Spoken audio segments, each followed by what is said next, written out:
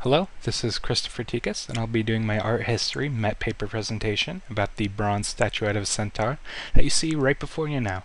So, why did I choose this work? Well, Greek mythology has always interested me, so when I saw a centaur on the Met paper list, I knew it was right for me. It turned out to be very interesting research, and I liked it a lot. This is from the early Archaic period, late 6th to early 5th century BCE, makes it around 2,500 years old, and it's either from the Etruscan or southern Italian civilizations. The Etruscans, if you recall, were more northern and middle Italy. This is a centaur, which I'll go into the significance of it more in the cultural analysis, but basically it's a man-horse hybrid. You can see the body of a man and part of the body of a horse with the legs of a horse. So, this is an in-round statue that's made of bronze. This is very typical of, tarnished bronze. It's very dark with flecks of the lighter blue-green. The lighter blue-green is probably the copper in the bronze alloy. And it's a very, very small statuette. It's around 15 centimeters lengthwise by 11 centimeters height-wise, and only a centimeter or two wide. It's stretched along this very thin bar, not so it would be freestanding, but because it was probably attached to a larger piece. You can't see too well in this picture, but back here is where a break occurred, and it was probably attached to a larger utensil, or something used for cooking or everyday living. So, stretching it along this this long bar, it's still in the round, and it also has a almost contrapposto pose. The arms are one way while the weight is leaning another way, and the muscles you can see their power, so to speak. This statue feels very alive and powerful.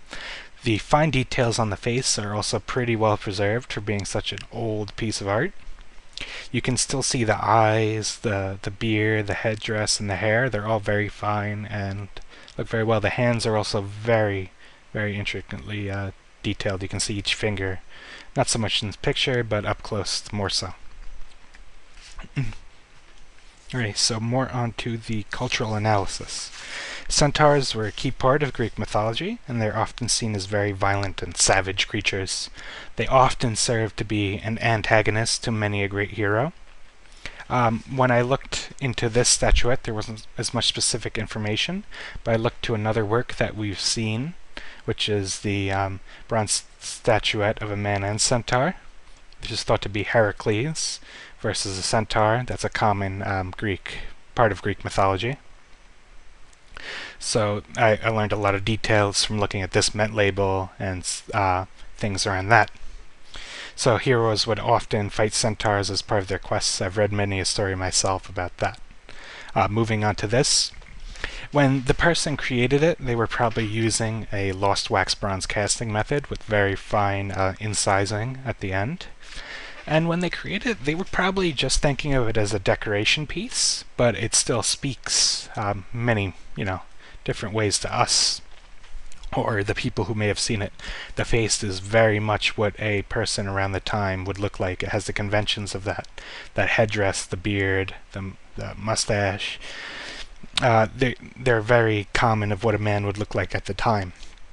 So if someone was looking at this, they might see their face in it and maybe part of their body in that work of art. And it might lead to some introspective thought. And that's about it. Thank you for listening to my presentation. Thank you very much.